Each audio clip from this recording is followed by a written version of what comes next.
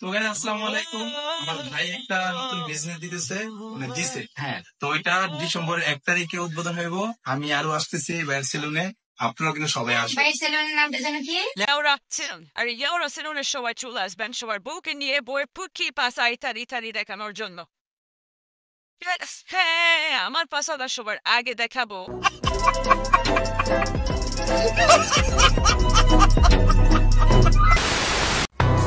क्या रे भाव पुष्पा झुकेगा नहीं।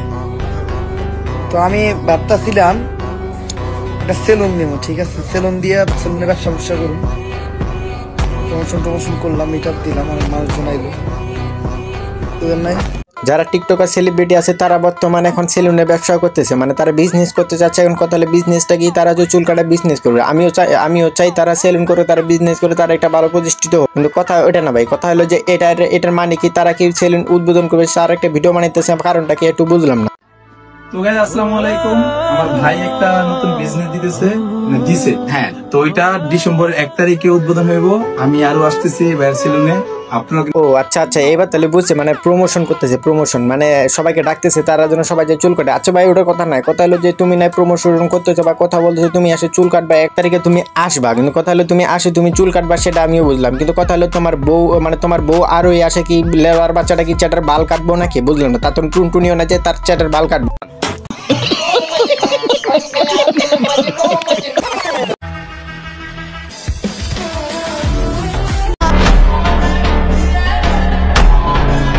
হ্যালো ভাই ব্রাদার, কি অবস্থা সবার, কেমন আছো তোমরা? আশা করি সবাই ভালো আছো। তোমরা টাইটেল থামিল বুঝতে পারতো। আজকে আমাদের আজকের কাহিনী হলো যে ওমর নাফিদ। আচ্ছা, তোমার ভাই এখন আমাকে বলতে পারো যে ভাই ওমরকে নাফিদ কেন বলো? আয়ব তোমাদেরকে এখন এটা আমি বলতেছি। কথা হলো যে এটা বর্তমান নেক্সট ভিডিওতে ওমর বর্তমান মনে কাপল ব্লকার এবং নাফিদ আছে তাদেরকে মনে রোস্ট করবে। এটা নিয়ে একটা হয়তো তার পুষ্পা একটা ভিডিও বানিয়েছে, হয়তো বা নেক্সট ভিডিওতে এটা দেখতে যাচ্ছে।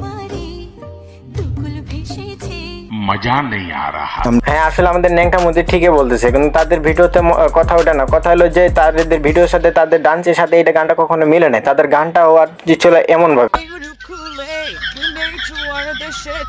তোমার দুধ আমার কলা পারি লেগেছে।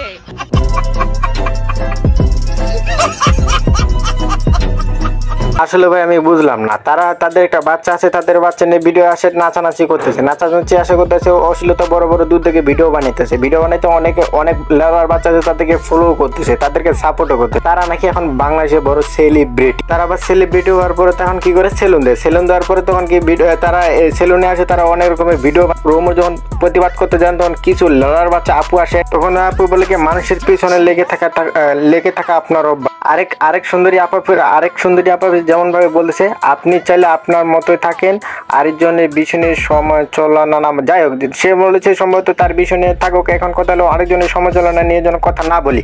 এখন ভাই ওটা কথা না। তোমরা যে কমেন্টটা করছো, তোমরা কি হিসাবে কমেন্ট করছো? তোমার পুটকি দিয়ে কমেন্ট করো, কিনে সমালোচনা করতেছে, ঠিক আছে? এখানে সমালোচনা কি করছে, তুমি যে কথাটা বলবা কমেন্ট করে দিয়ে চলে। ব্লগার আছে তারা যে অশ্লীলতা নতুন পুতুর করে ভিডিও বানাইতেছে, এগুলো নেন কথা যে তবু আব্বা যারা আছে তাদেরকে তোমরা বলে ওটা না। কথা হলো যে এটা কাপল ব্লগাররা যতদিন এইভাবে অশ্লীলতা করবে ততদিন ভাবে তাদেরকে রোস্ট করাই হবে এবং তাদেরকে এইভাবে অপমান করতে থাকবে। এখন ওমরুন ফায়ার তার ভিডিওর মাধ্যমে ফানির মাধ্যমে বলুক বা রোস্টটা যে কোনো ভাবে বলুক, আপুরা যারা যে এই কাপল ব্লগারের ভিডিও কথা নিয়ে কমেন্ট করে যাবে তাদেরকে প্রেগনেন্ট করে দেওয়া হবে।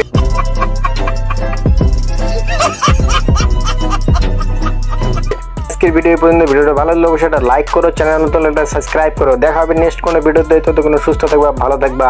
Good bye, fire Munna army.